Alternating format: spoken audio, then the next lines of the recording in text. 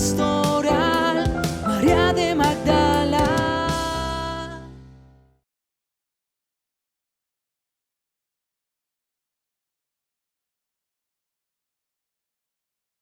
Haber acogido esta invitación. Estamos, como muy bien saben ustedes, en el segundo día de nuestro congreso.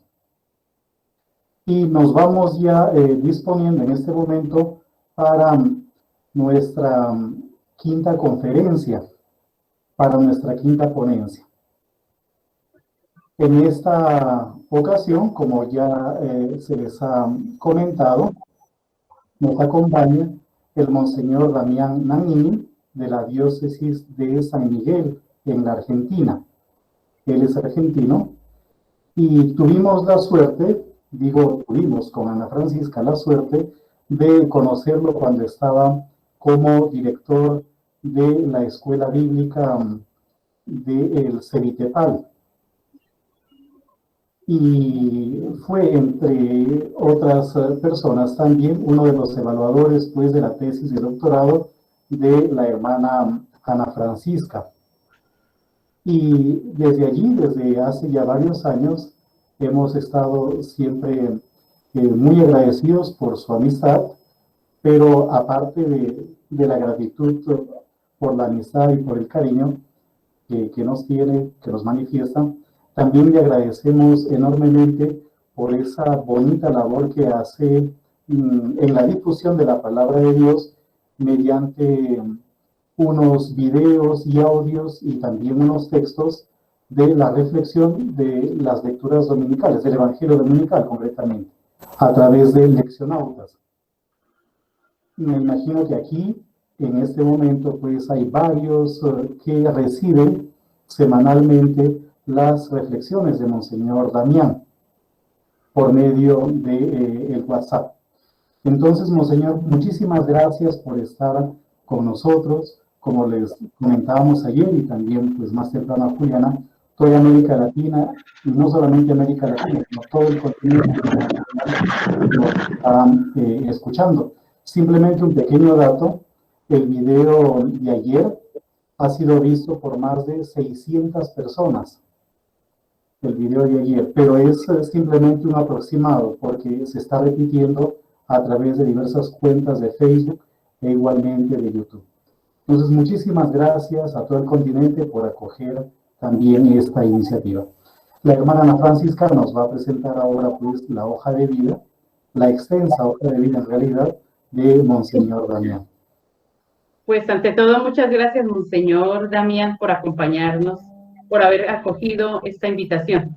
Monseñor nos decía que quizás para el mes de julio, para esta fecha, ya la cosa hubiera cambiado, pero vemos que no ha cambiado, que estamos quizás en el momento más duro para América Latina.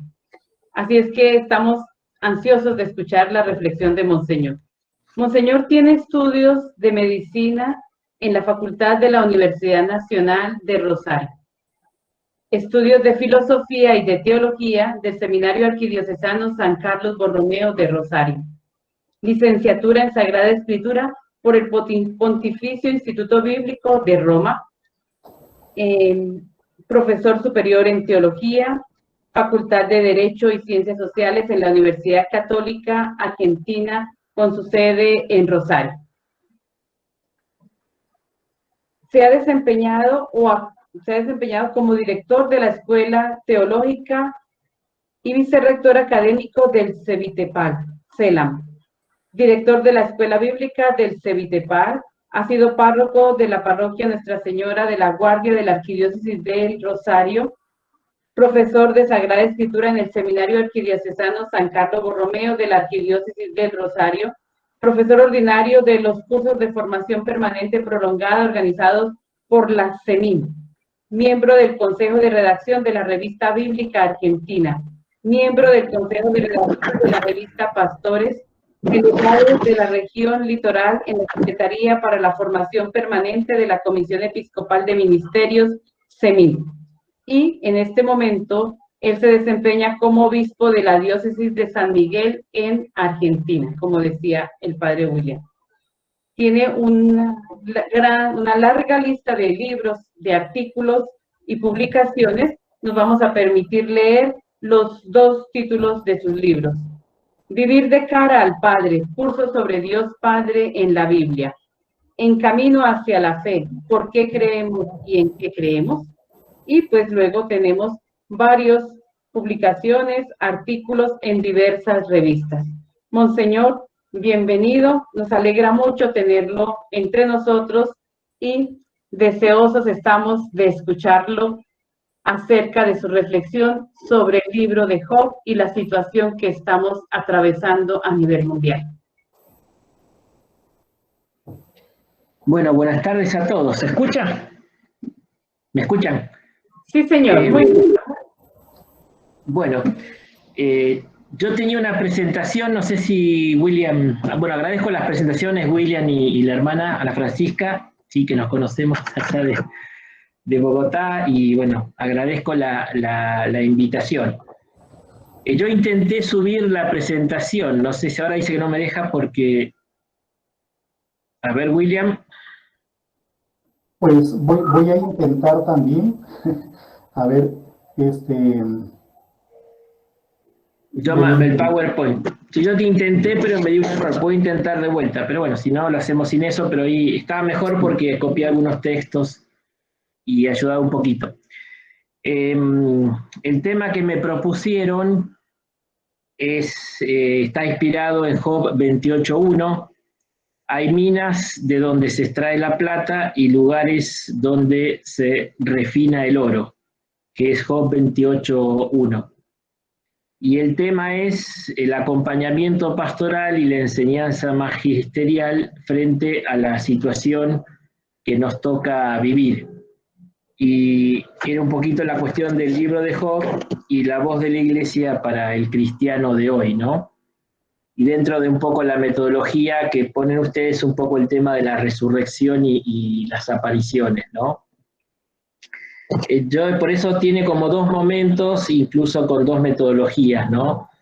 Por un lado vamos a hacer un poquito de análisis de este capítulo 28 del libro de Job, y después la voz del magisterio, que claro, en realidad no es que hay demasiado sobre ese tema, bueno, pero bueno, puse un extracto y bueno, puse en comparación un poco una propuesta muy interesante, a mi entender, que surge de este capítulo 28 del libro de Job, y un poco a una orientación general del magisterio, un poco de cara al futuro, ¿no? Pensando un poco en la resurrección o la vida después de la pandemia, ¿no? Comienzo diciendo que este capítulo 28 es un texto muy discutido, ¿no? Uno basta leer un poco los comentarios y entonces hay muchas opiniones al respecto. Algunos piensan que rompe un poco este himno el curso del diálogo. De hecho, vendría lo que llaman algunos el tercer acto, y venía dándose este diálogo, ¿no?, entre Job y sus amigos, y de golpe eso se corta y se presenta este himno o poema a la sabiduría con una orientación teológica más bien tradicional, ¿no? Por eso rompiendo un poco el esquema. De hecho, que algunos autores piensan que no pertenece originalmente al texto, sino que fue como un agregado posterior. Digamos, es difícil. Fundamentalmente, muchos piensan, desde el punto de vista literario, que puede ser como un interludio, ¿no? Porque después, en el capítulo 29, ya comienza la intervención de Dios, ¿no? Entonces, hay como que hace un corte y después se puede retomar, ¿no? A ver si puedo hacer la presentación, si me deja. No la tengo, no me la lee. Bueno, entonces quería presentar un poco esto, ¿no? La cuestión, ¿no? ¿Quién escribió esto? Si forma parte o no originalmente del libro, este capítulo 28.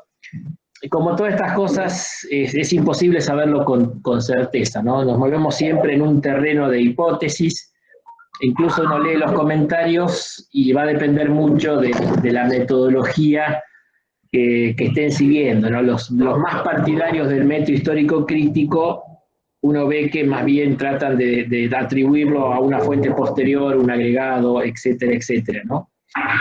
Y hoy en día que están más presentes los métodos más de tipo sincrónico, le encuentran un cierto sentido a la presencia de este texto, de este capítulo dentro del conjunto del libro, por más que, bueno, puede haber algunas dificultades en orden a la asimilación del mismo, ¿no?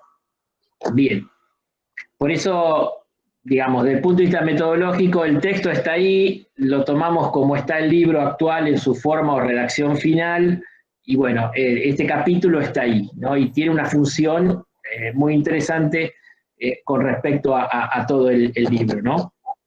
Y el otro problema es dónde terminaría este mismo capítulo, ¿no? Según los estudiosos, también discuten mucho el último versículo.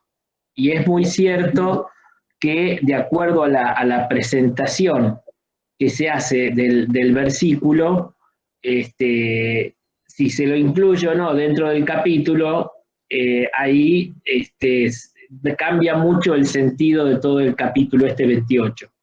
Justamente hasta el momento, después lo vamos a ver un poquito, el texto fundamentalmente lo que va presentando es que la sabiduría es inalcanzable para el hombre, ¿no? Y entonces, en esto va un poco, digamos, en connotación, si terminaría en el versículo 27, y bueno, va un poco con el texto que ya se leyó en otras ponencias, con donde Job se tapa la boca y dice, bueno, he hablado de cosas que me superan, ¿no? Quedando un poquito así la cuestión tipo apofática o muy trascendente de Dios, ¿no? Pero si se lo incorpora, claro, hay un paso muy importante, porque el versículo 28 dice, y dijo luego al hombre, el temor del Señor es sabiduría, apartarse del mal, inteligencia, ¿no? Acá aparece la Jokmá, aparece Bin, los términos hebreos clásicos para esto, ¿no? Por eso, claro, ese camino que el hombre no encuentra, Dios lo encuentra y se lo revela al hombre. Por eso este versículo, digamos, hace una presencia, un cambio sustancial, este versículo 28, para la comprensión de todo este capítulo, ¿no? ¿Por qué se lo cuestiona? Bueno, porque tiene cierta simpatía con la doctrina tradicional, ¿no? Que el resto de la sabiduría tradicional que el resto del libro de Job por ahí cuestiona. Es por eso que algunos también piensan que es un agregado posterior, que quiere, bueno, como armonizar, etcétera, etcétera. Bueno, yo hago la misma reflexión que con respecto a este versículo, que con respecto a todo el capítulo, ¿no? También depende mucho del método histórico-crítico o métodos más sincrónico-literario. Yo creo que el texto está ahí, es revelado, está presente, y yo lo dejaría ahí y después vemos qué sentido le da. Para mí me parece importante la presencia, porque creo que es muy iluminador con respecto a todo el capítulo, ¿no? Así que bueno, en esto, insisto, es un resumen muy breve, pero este capítulo 28 tiene mucho, digamos, pienso que es el más discutido de todo el libro de Job, ¿no? ¿Y cuál es el tema de este capítulo? Es el tema de la sabiduría. Ya dijimos, aparece el término Jokmá, aunque por ahí no se la nombra demasiadas veces, pero sí está siempre presente y se usan pronombres relativos para hablar de ella, pero está presente, ¿no? Ya el libro de Job, tanto por parte de Job como parte de los amigos, han hecho ya referencia a la sabiduría, la Jokmá, entendida más bien como reflexión sobre la vida humana, ¿no? Bueno, por algo el libro está dentro de lo que llamamos los textos sapienciales, ¿no? Sin duda que está esta cuestión de reflexión sobre la vida humana, ¿no? Ahora, cuando Dios interviene al final, amplía más el concepto de sabiduría y se refiere más bien a la sabiduría cósmica, ¿no? Que es la parte que sigue al capítulo 28, ¿no? En cambio, este versículo 28-28 de que hablábamos, más bien recoge la postura tradicional, o el principio de la sabiduría es el temor del Señor, ¿no? El apartarse del mal es la inteligencia, ¿no? Es lo que estaría ahí. Pero bueno, como que se accede a la sabiduría a través del camino del temor del Señor. Después explicaremos un poco este contexto, este concepto. Pero esto sí suena más tradicional, pero bueno, está presente y lo dejamos, ¿no? Como decíamos, el género literario es un poema, una especie de himno dedicado a la sabiduría, y que tiene dos partes bastante bien identificadas, primero por el tema, y segundo por dos especies de estribillos, de estrofas que son idénticas, que se repiten en 28-12 y en 28-20, ¿no? Es una especie de estribillo. ¿Qué dice este texto? Dice, pero ¿de dónde sale la sabiduría? Jokma, ¿dónde se encuentra la inteligencia? Bin. O sea, ¿de dónde está la sabiduría y dónde se encuentra la inteligencia, ¿no? O sea, esa insistencia, esa doble repetición, ¿no? En 28.2 y en 28.20, de modo exacto, ahí se habla, ahí aparece el término sabiduría Jokma y el término inteligencia. Y la respuesta a esta pregunta, por eso es importante, está justamente en el versículo 28-28, el final de este capítulo, ahí dice dónde está. Dios revela al hombre cuál es el camino, dónde está la sabiduría, la jokma, y dónde está la inteligencia, el entendimiento. Así que creo que es importante, ¿no? Entonces, y estos estribillos unidos a la temática nos permiten reconocer dentro de la estructura conceptual de este capítulo, de esta sección, tres partes. La primera va del versículo 1 al 12, ¿no? Job 28, 1 a 12, si los que siguen tienen el texto delante, ahí pueden leer, ¿no? Que comenzaba justamente con la referencia que se puso como título en la ponencia, ¿no? Como que la plata tiene su lugar, el oro tiene lugar para refinarlo, ¿no? Acá el padre Jekyll traduce, ¿no? Todo con término de la minería. El hierro se extrae de la tierra, al fundirse la piedra sale el bronce. El hombre pone frontera a las tinieblas, explora los últimos rincones, las grutas más lógrebas. Perfora galerías, todo explicando, ¿no? Este tema de el mundo subterráneo, donde el hombre saca el oro y la plata, después hace referencia a los yacimientos de piedras preciosas, zafiros, y que los animales no pueden llegar a esto, ¿no? Porque está oculto a ellos, pero que el hombre tiene esa capacidad de llegar, digamos, a estos lugares donde se traen los minerales y las piedras preciosas, ¿no? Y termina esta sección con el estribillo, o sea que el hombre, con toda su capacidad tecnológica, algunos dicen que, bueno, que lo que hoy sería el software o toda esta parte así de tecnología digital, bueno, el sumum de la tecnología en aquella época, de aplicación de la técnica, y acuérdense que este es el concepto original de la sabiduría, la técnica, estaría aplicada justamente en la minería, donde el hombre puede poner de manifiesto todas sus capacidades, ¿no? Pero sin embargo, todo esto del uso de la técnica no llega a encontrar la sabiduría, ¿no? Por eso la respuesta del estribillo, de dónde sale la sabiduría, dónde se encuentra la inteligencia, el hombre no puede responder, ¿no? Y tomando una idea muy linda de Alonso Jekyll, él dice que esta sería la descripción, volveremos sobre eso, del homo faber. O sea, el homo faber, el hombre que hace, con su acción no alcanza la sabiduría. Por eso esta primera sección, los versículos 1 a 12, expresarían el fracaso del homo faber, del hombre que actúa, de la tecnología, para alcanzar la sabiduría. La segunda sección va del versículo 13 al versículo 22, ¿no? Aquí aparecen otros lugares más míticos, pero que tampoco allí mismo se encuentra la sabiduría, ¿no? Porque en principio dice que el hombre quiere comprarla y quiere saber el precio y no la puede comprar, ¿no? Y de golpe aparece, por ejemplo, dice el océano, no está en mí, dice el mar, no está conmigo. En otro momento aparece el abismo, el mar, la perdición y la muerte. Dice, de oída conocemos su fama, ¿no? O sea, como diciendo, hay otros lugares más existenciales, no subterráneos como en la primera parte, pero han oído de la sabiduría, pero no se puede encontrar, ¿no?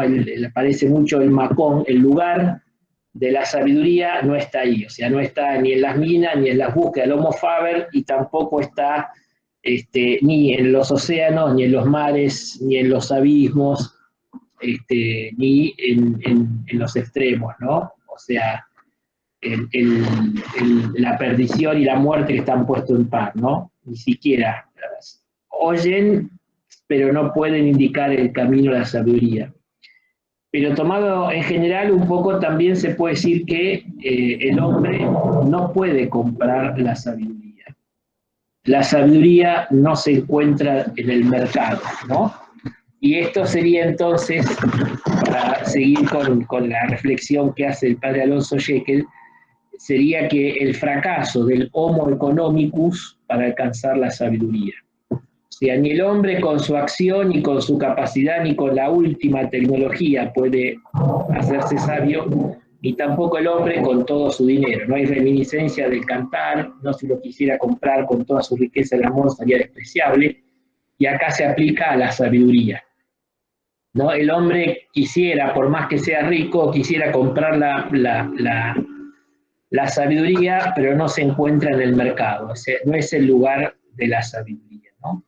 Y entonces vienen después los versículos 23 a 27, en el que explica directamente, el versículo introduce como actor a Dios y dice, solo Dios sabe su camino, solo Él conoce su yacimiento. O sea, solo Dios conoce dónde está la sabiduría y por eso solo Él conoce el camino que va para allá, ¿no?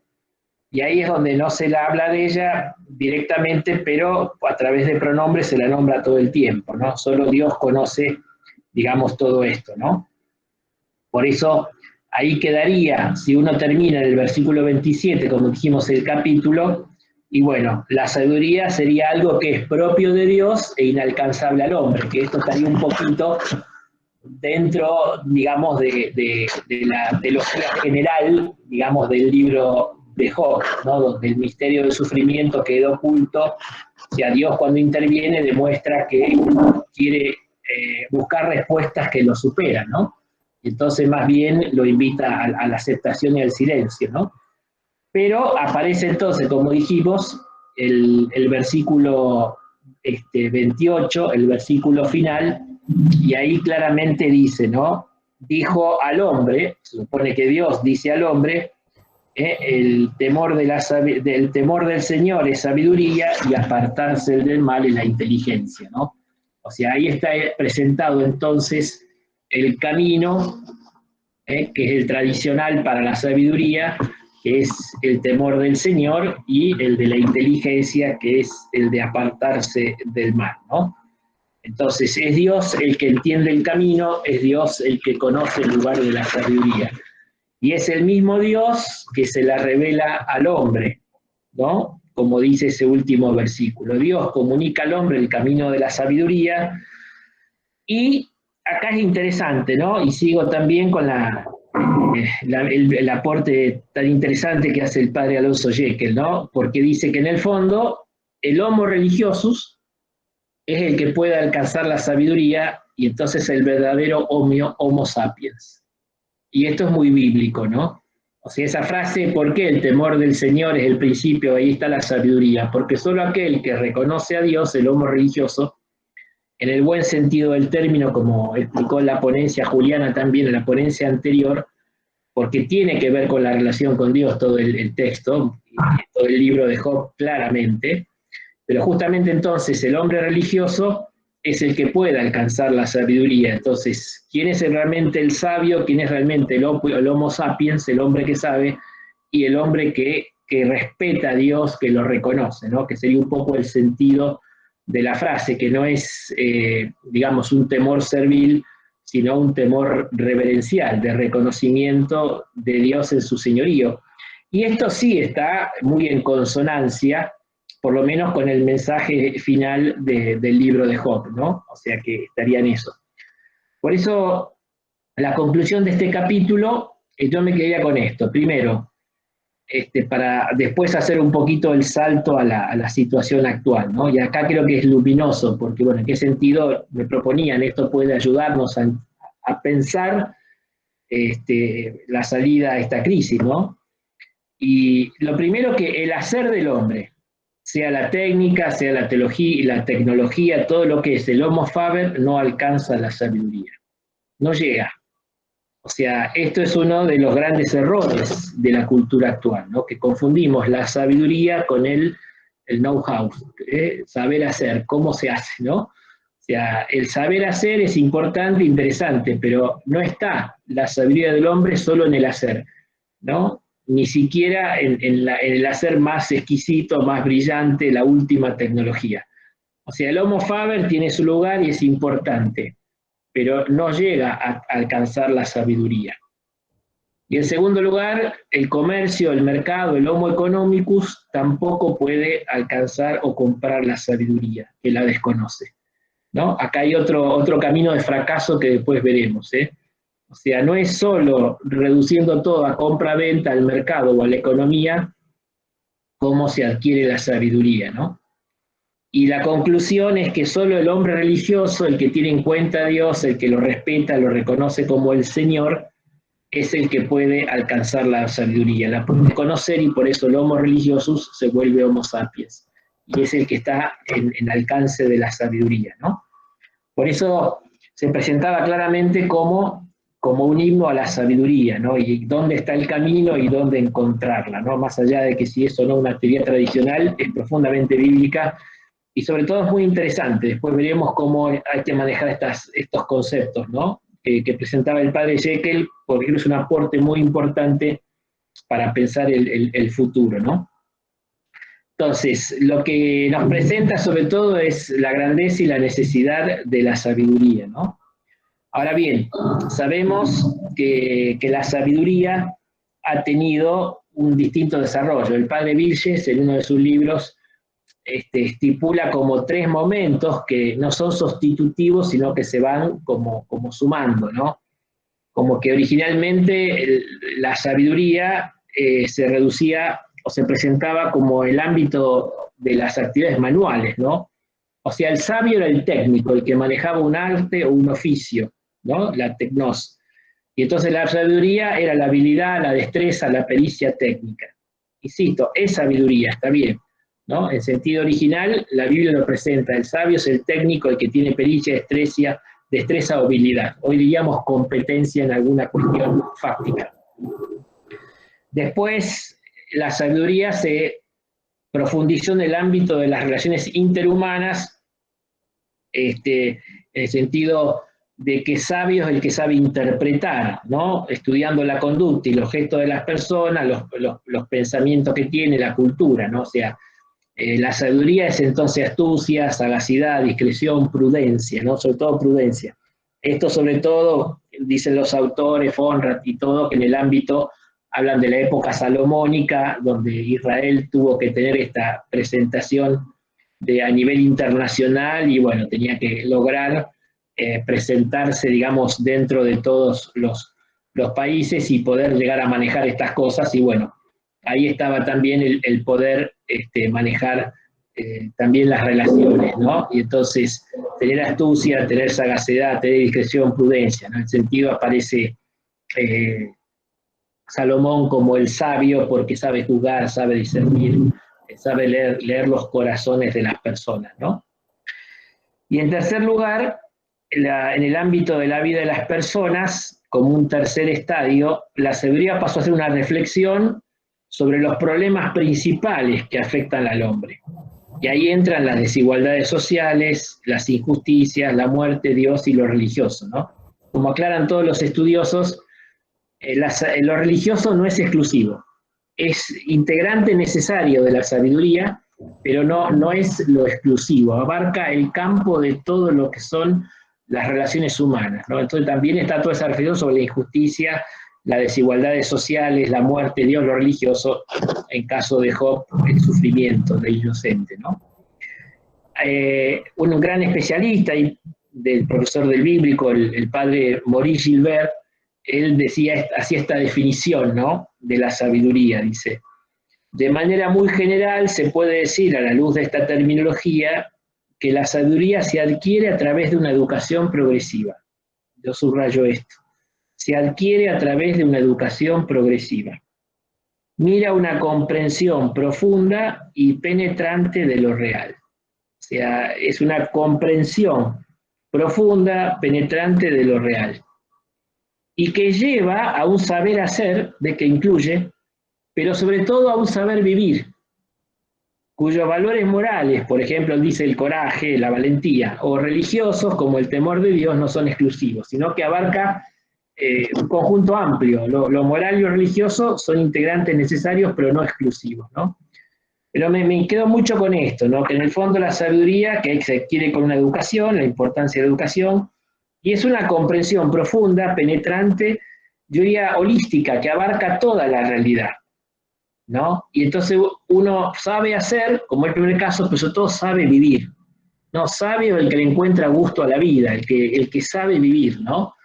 Y esto creo que, bueno, ya veremos que es una de las carencias, porque la crisis nos tiene que hacer pensar, o nos está haciendo pensar sobre nuestra manera de vivir. O sea, el gran shock que nos ha causado toda esta pandemia y las cuarentenas que estamos viviendo es justamente cuestionarnos sobre lo esencial y fundamental de la vida, ¿no? Por eso es muy sapiencial. Y nos tiene que cuestionar sobre cómo estamos viviendo, ¿no? Y ahí está, creo que me parece el gran tema, ¿no? Por eso yo creo que el aporte de Job a la situación actual y sobre todo a la pandemia, a la pospandemia, tiene mucho que ver con este tema de la sabiduría, entendida, insisto, como una visión profunda e integral de todo lo real que nos lleva a saber hacer, pero sobre todo a saber vivir, ¿no? Tiene que ser una gran reflexión, un gran examen de conciencia sobre cómo estamos viviendo como persona, pero ahí mientras Job queda en lo individual, yo lo hago colectivo, como sociedades, como mundo, cómo estamos viviendo y bueno, y descubrir un poco las consecuencias de lo que nos pasó y bueno, para hacer cambios en cuanto a lo que respecta al futuro, ¿no? Por eso yo creo que habría grandes preguntas que nos estamos haciendo y es lo que la voz del magisterio se ha hecho, o sea, como diciendo, bueno, ¿qué podemos esperar? ¿Cómo podemos salir de esta situación? ¿Y quién nos mostrará el camino? ¿No? Y en realidad estamos todavía en un mar de incertidumbre, ¿no? Ni siquiera sabemos cuándo va a terminar, porque por las noticias uno va viendo que en Europa parece que la cuestión no está del todo superada, hablan todos de aprender a convivir con el virus, o sea que no hay tampoco demasiada luz sobre cuándo vamos a superar esto, ¿no? ¿Y quién nos va a mostrar el camino? O sea, no ha surgido un liderazgo, todo lo contrario, ¿no? Ha mostrado la fragilidad de muchísimos liderazgos, y entonces hay un gran sentido de desorientación, ¿no? Yo diría por eso, me aferro de esto, que es negativo. De hecho, ahí en este capítulo aparece muchas veces la partícula no, ahí en hebreo, ¿no? O sea que este capítulo nos enseña claramente de dónde no tenemos que esperar la salida, o qué error no tenemos que repetir otra vez, ¿no? ¿Y qué nos enseña este capítulo? Que ni la tecnocracia, ni la mercadocracia son las que nos van a sacar, sino la sabiduría. O sea, creo que estaríamos cerrando el camino si pensamos que la tecnología y la economía, que son necesarias, nos van a presentar el camino. Hace falta la sabiduría, en el sentido de visión completa de lo integral y que tenga en el centro al hombre, a todo el hombre y a todos los hombres, ¿no? Por eso entiendo sobre todo la sabiduría como aquello que da sentido general a la vida del hombre, la orientación general de la vida, ¿no? Y en esto, ya para hacer resonancia en el magisterio, me vinieron a la mente dos textos justamente del magisterio latinoamericano, ¿no? Me refiero puntualmente al documento final de la conferencia de Aparecida, ¿no? Justamente en el número 36, estamos pasando entonces a la segunda parte, cómo unimos, resonamos lo de Job en el magisterio, ¿no? En el número 36 del documento final de Aparecida, se dice justamente, haciendo un diagnóstico de la realidad, ¿no? La mirada de los discípulos misioneros a la realidad que nos toca vivir, dice que es frecuente que algunos quieran mirar la realidad unilateralmente desde la información económica, otros desde la información política o científica, otros desde el entretenimiento o el espectáculo. Dice, sin embargo, ninguno de estos criterios parciales podrá proponernos un significado coherente para todo lo que existe, que es lo que el hombre busca, un significado coherente para todo lo que existe, y eso es lo que da la sabiduría. Dice, cuando las personas perciben esta fragmentación y limitación, suelen sentirse frustradas, ansiosas y angustiadas, ¿no? Se habla que una de las características del mundo posmoderno es justamente la fragmentación.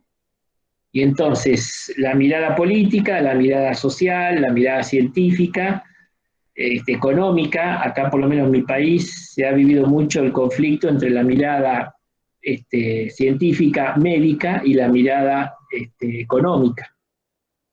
Se puso en tal alternativa, ¿no? Salvar vida o salvamos la economía. Bueno, llevamos 125 días, creo ya, de cuarentena estricta, ahora se aflojó un poquito, y bueno, para salvar vidas, pero se destruyó toda la economía, y que no sé cómo va a terminar todo esto. Entonces, pero ahí digo porque se vio muy claro las miradas parciales. Se vio muy claro que las miradas parciales, ¿no? Donde opinaban los médicos, bueno, acá se habla de infectocracia, decían algunos periodistas enojados, o sea, solo una mirada. Otro, el economista decía otra cosa, el político dice otra, el sociólogo otra, claro, todas miradas parciales. Y lo que faltó es algo que dé un significado coherente para todo, y es justamente la sabiduría, ¿no? Y es justamente después lo que el número 37 va a decir, ¿no? Esta es la razón por la cual muchos estudiosos de nuestra época han sostenido que la realidad ha traído aparejada una profunda crisis de sentido. Dice, esto se refiere no a los sentidos parciales, ¿no? Sino a un sentido que da unidad a todo lo que existe y nos sucede en la experiencia, y que los creyentes llamamos sentido religioso, ¿no?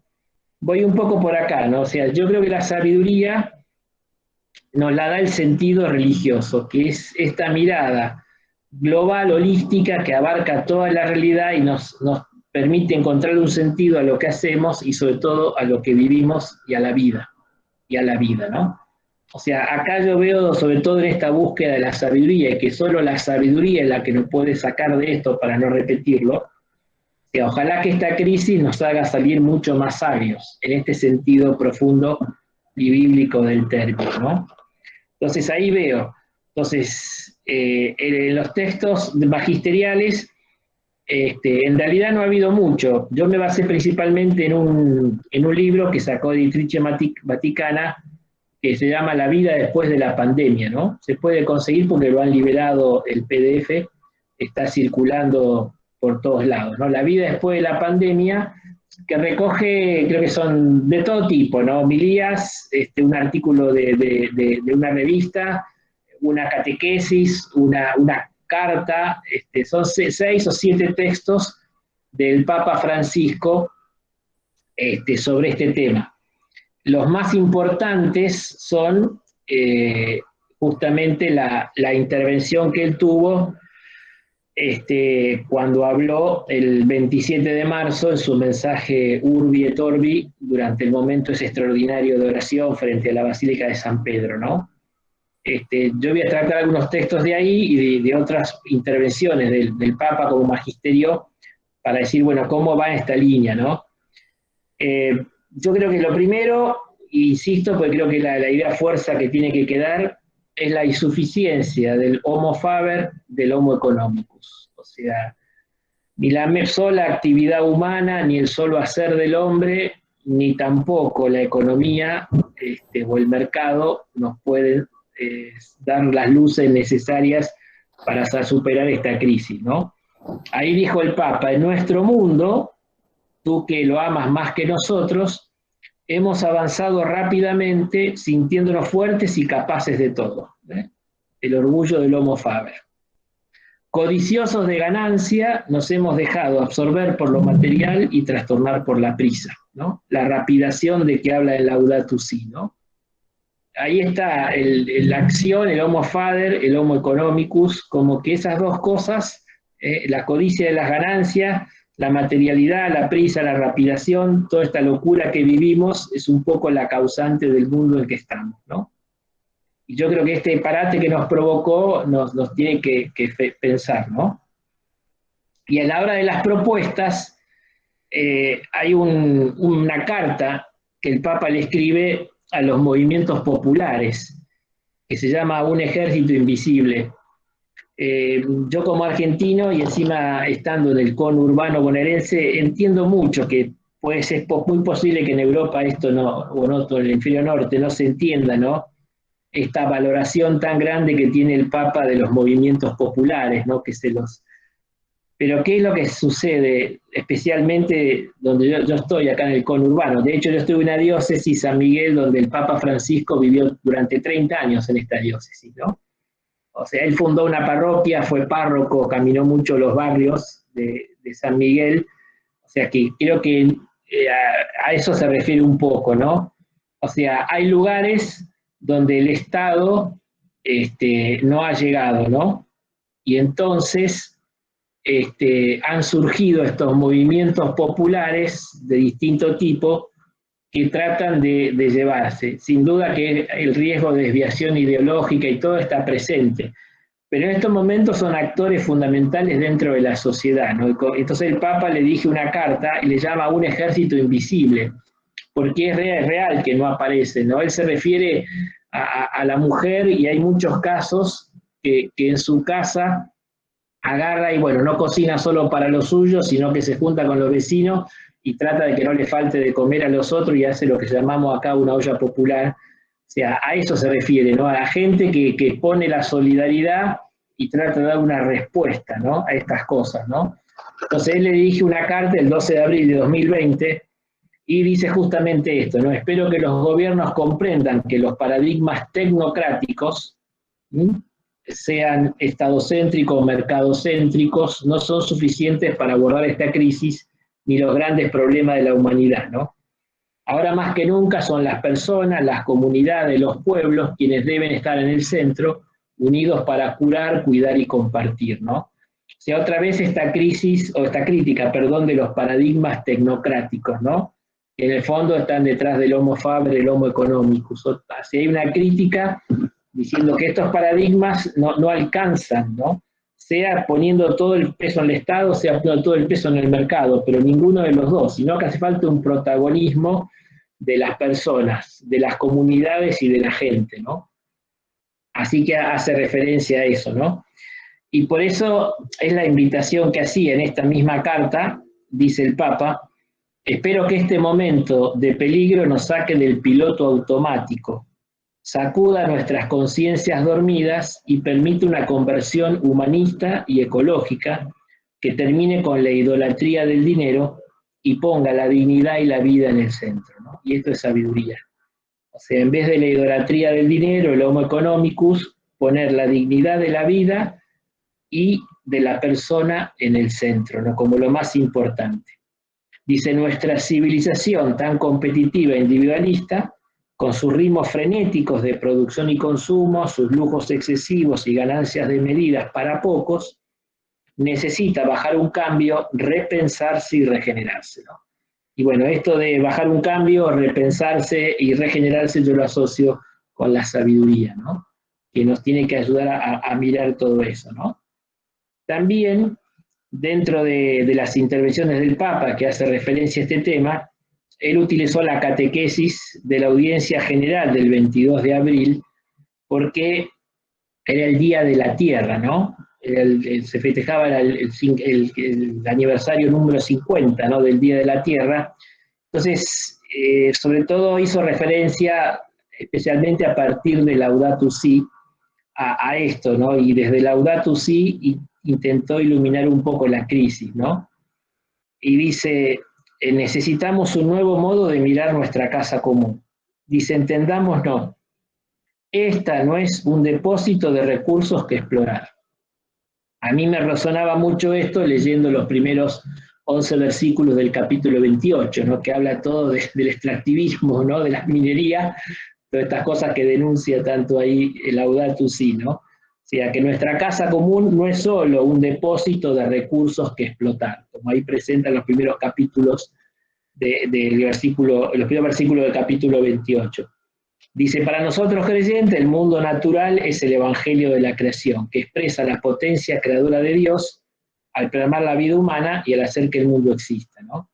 O sea, esta conversión ecológica que el Papa pedía en Laudato Si y después ahora en Querida Amazonia, me parece que tiene mucho que ver, ¿no? Tal vez fue una de las cosas más impresionantes que nos trajo esta situación inédita, ¿no? Al ver cómo se purificaron los cielos, los ríos, o sea, ha habido toda una cosa ecológica que nos ha hecho tomar conciencia de que no estamos viviendo bien y no estamos tratando bien nuestra casa común, ¿no?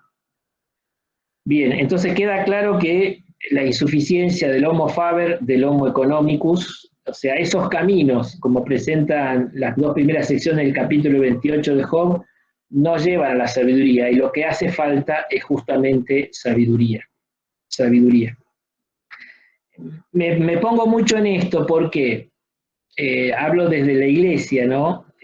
No podemos dar soluciones económicas, porque la doctrina sobre la iglesia incluso tiene una visión general, pero tiene principios de acción, ¿no? Como ya decía el Papa Benedicto. O sea, el aporte creo que desde la fe y desde la iglesia es justamente esta sabiduría que da principios de acción, criterios para valorar la realidad, orientaciones para dónde hay que caminar, ¿no? Y creo que solamente, insisto, el homo religioso, la fe no la puede dar y nosotros podemos ofrecer esto como sabiduría.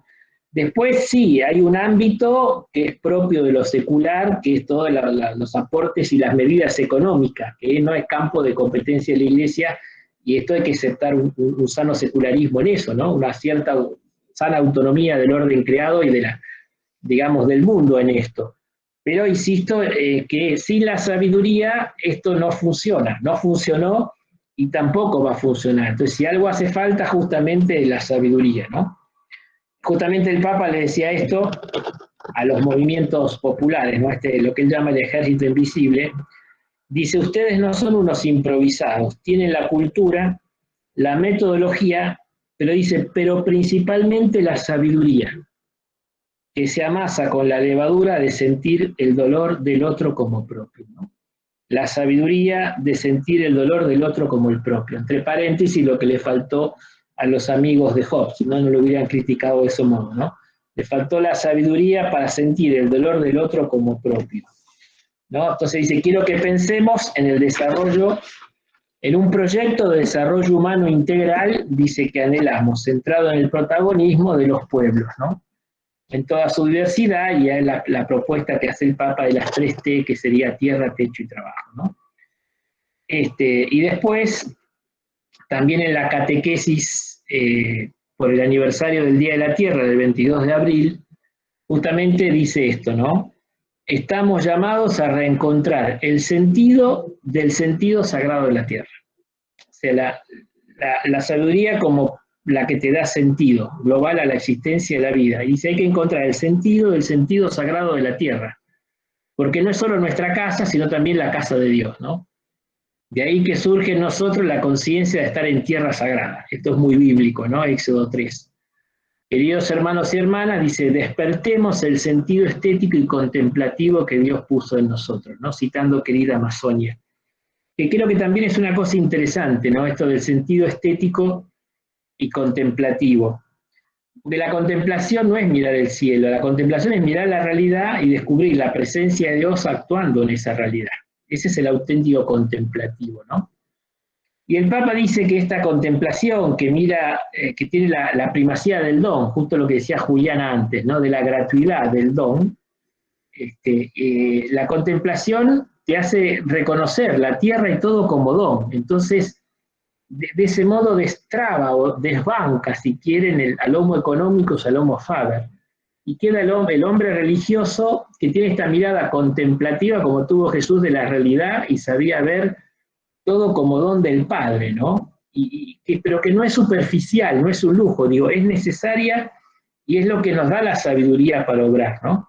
Y el Papa dice que la profecía de la contemplación es que algo que aprendemos, sobre todo de los pueblos originarios, los cuales nos enseñan que podemos cuidar la tierra, que no podemos cuidar la tierra si no la amamos y no la respetamos. Y voy a esto, ¿no? Ellos tienen esa sabiduría del buen vivir, no en el sentido de pasarla bien, sino del vivir en armonía con la tierra, ¿no? Ellos llaman buen vivir a esta armonía, ¿no? O sea, insisto mucho esto, ¿no? El Papa ya lo decía en Laudato Si, lo vuelve a insistir mucho en Querida Amazonia. Esto también fue una tesis doctoral que me tocó estar ahí en el Cevitepal, de un sacerdote de Panamá que presentó el buen vivir en unos pueblos originarios ahí de Panamá, ¿no? Y explicaba el concepto del buen vivir. Insisto, no es el bon vivant, o sea, de la vida de lujo, de placer hedonista. Es sabiduría, es la sabiduría de saber vivir, de saber el valor de cada cosa, de saber qué es lo esencial, qué es lo que no es esencial o superfluo y dónde poner, ¿no? Y justamente el Papa estaba diciendo, para ser concreto, que de esos pueblos podemos aprender esta sabiduría y que nosotros la necesitamos, ¿no? Así que insisto mucho en esto, ¿no? Creo que el libro de Job nos lleva a ver el fracaso de la tecnocracia, el fracaso del mercado, de la economía, solamente la necesitamos a la acción y a la economía, pero subordinada a una visión de la vida más global, más integral, más contemplativa, que es justamente la que nos da la sabiduría, saber vivir, saber las cosas que valen, ¿no? Creo que cuando pasemos un poco en limpio todo esto, creo que es lo que nos ha dejado como gran enseñanza, ¿no? Acá en Argentina hay mucho debate porque el gobierno estableció cuáles son las actividades esenciales, ¿no? Y hay mucho enojo porque está totalmente suspendida y prohibidas las celebraciones religiosas, como que no fueran esenciales, ¿no? En la semana pasada se juntaron todas las confesiones religiosas ahí en Buenos Aires y sacaron documentos, dijeron no es esencial, es vital. Pero bueno, pero si está esa discusión, entiendo el aspecto epidemiológico y los contagios, ¿no? Pero claro, cuando se establece actividades esenciales, lo religioso se dejó de lado. Bueno, es un tema que generó mucha discusión acá, pero voy un poco a esto, ¿no? ¿Qué es lo esencial? Y después, justamente, ¿no? Lo del temor de la sabiduría, el temor del Señor es sabiduría, apartarse del mal es inteligencia, ¿no?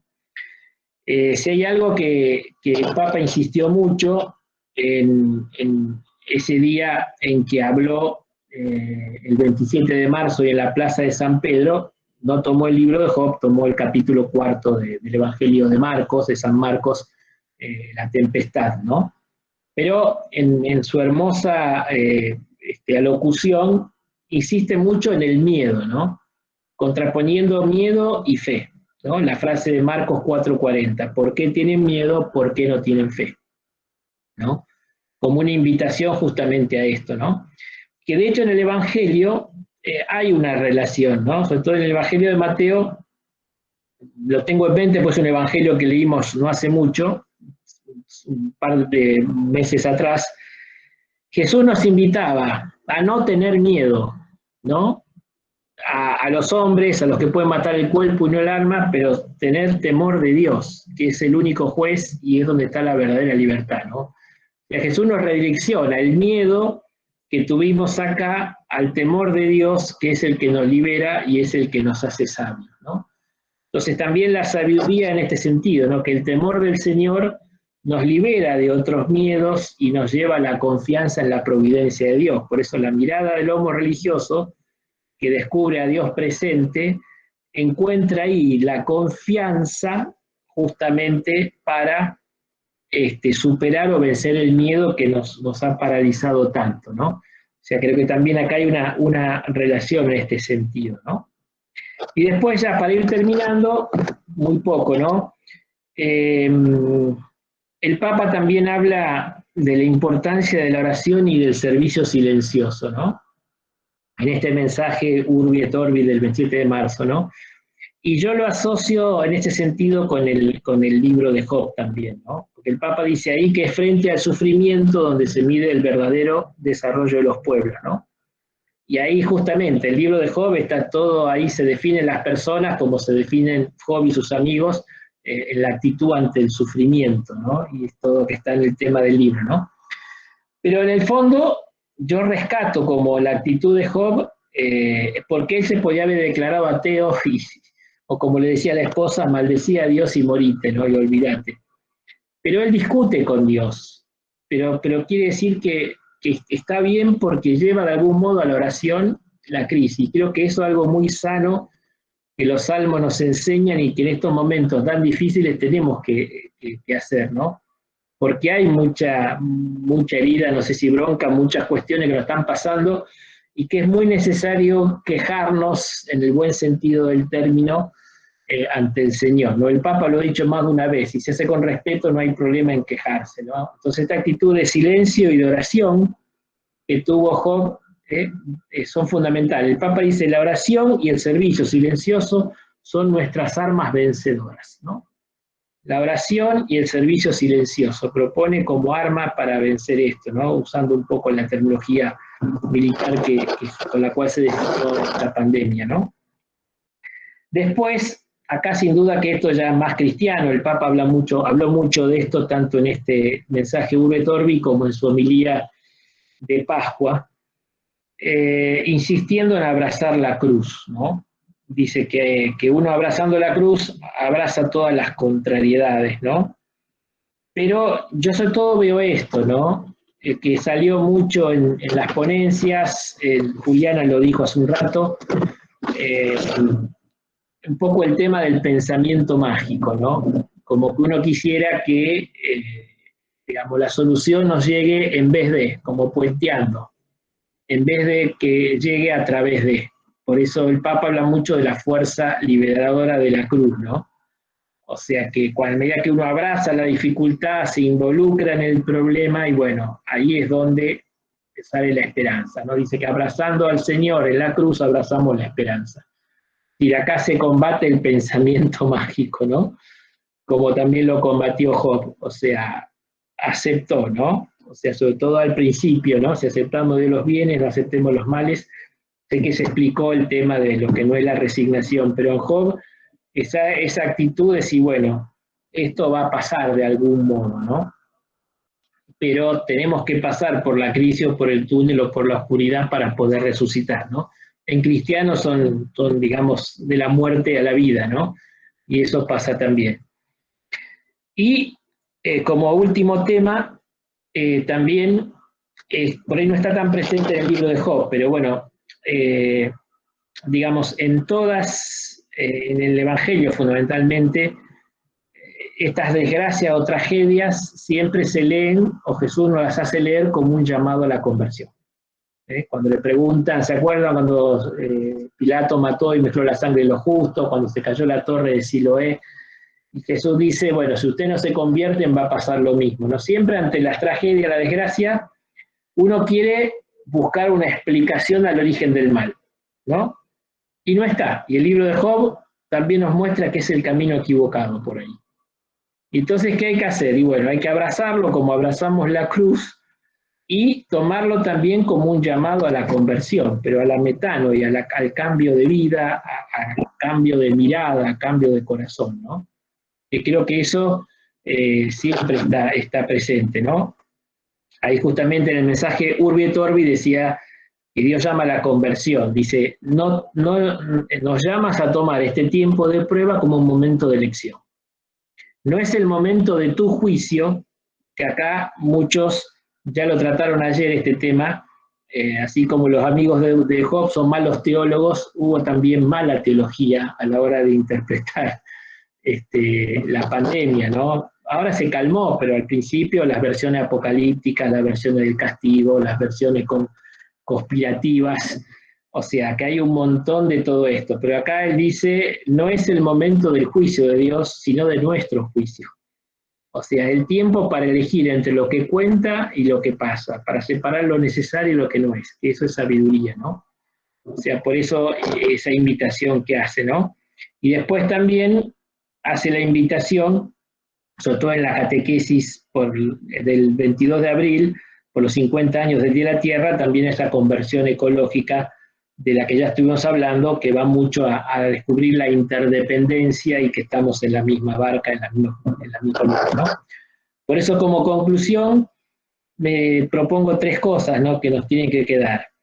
Primero, la salvación no llegará, o la resurrección, para usar el método que usan ustedes. ¿De dónde vendrá la resurrección, no?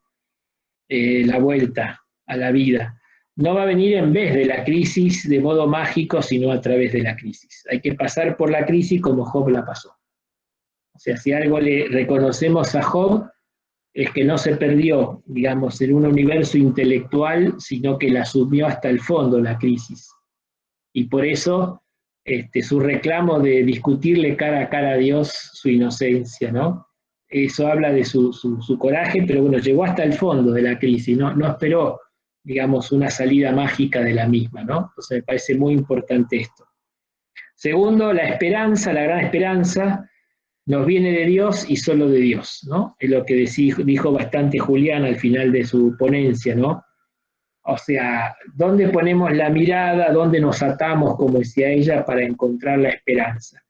Y bueno, en Dios y solo en Dios. Por eso el homo religioso tiene que decir una palabra, porque Dios nos revela la sabiduría y sabemos dónde puede estar la esperanza, que insisto, no está ni en el avance tecnológico, ni está solamente en el desarrollo económico, sino en la sabiduría. Es que los hombres aprendamos a vivir respetando la creación, dando lugar a Dios, teniendo esta mirada más holística, más completa de la realidad, ¿no? Y bajando ambiciones y tantas cosas que nos dan, ¿no? Y por último, que confiemos en Dios, ¿no? Y pongamos manos a la obra, y si hacemos esto no faltará la sabiduría divina para guiar nuestros actos para la reconstrucción o la reconstrucción del mundo de la pospandemia, ¿no? O sea, invitar a la confianza, a la esperanza. Por ahí no tenemos todo claro, pero es un poco el camino de la sabiduría, como fue el camino de Job, ¿no? Nos va a ir Dios iluminando en cada momento, ¿no? Entonces, confiémonos a Él, manos a la obra, y bueno, el Señor nos dará la sabiduría que necesitemos para tratar de orientar nuestro mundo a un futuro mejor. Esta creo que es el camino de la esperanza. Monseñor, muchísimas gracias. Y vamos también a agradecerle las manos como hacemos para no prender micrófonos. Muchas gracias, Monseñor. Y hay un comentario en YouTube que yo me voy a permitir leer porque está muy interesante. Ustedes saben que también están conectados por YouTube. Y Adriana Ortiz dice lo siguiente: son cuestiones que nos llevan a vivir una realidad con justicia en las diferentes áreas de nuestra vida. Una invitación a acompañar a todos, de manera particular a los más vulnerables.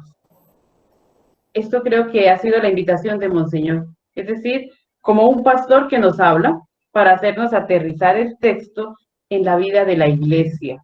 Le habíamos pedido a Monseñor que nos iluminara desde el libro de Job y la voz de la Iglesia, y pues es lo que usted ha hecho con nosotros, Monseñor. Muchísimas gracias. Sinceros agradecimientos. Monseñor, muchísimas gracias pues por haber compartido todo lo que nos ha brindado, y al igual que a nuestros ponentes anteriores, también le ofrecemos a usted humildemente un pequeño certificado pues elaborado con mucha humildad pero con bastante cariño.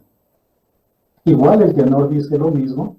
El Centro Bíblico Pastoral María de Magdala hace constar que Monseñor Damián Nanini participó como ponente en el primer Congreso Virtual Internacional del Centro Bíblico Pastoral María de Magdala. Ya no continúo leyendo, básicamente por una cuestión de tiempo. Y nuevamente, Monseñor, que Dios le bendiga a usted en el ministerio, que le bendiga también para que siga guiando a la iglesia que se le ha encomendado. Está con nosotros ya el padre Alejandro Vice León, pero nos vamos a tomar unos minutitos de descanso. Normalmente debería comenzar 5:25, pero pues como acabamos de terminar, tomémonos unos 5 minutitos de descanso y comenzamos 5:30, mientras él me imagino que también hace algunas coordinaciones respecto a la conexión. Entonces, sabemos que el tiempo es cortito, pero 5 minutitos pueden ser de utilidad para varias cosas en realidad. Muchas gracias una vez más, Monseñor, y a todos. No apaguen sus programas, sigan conectados.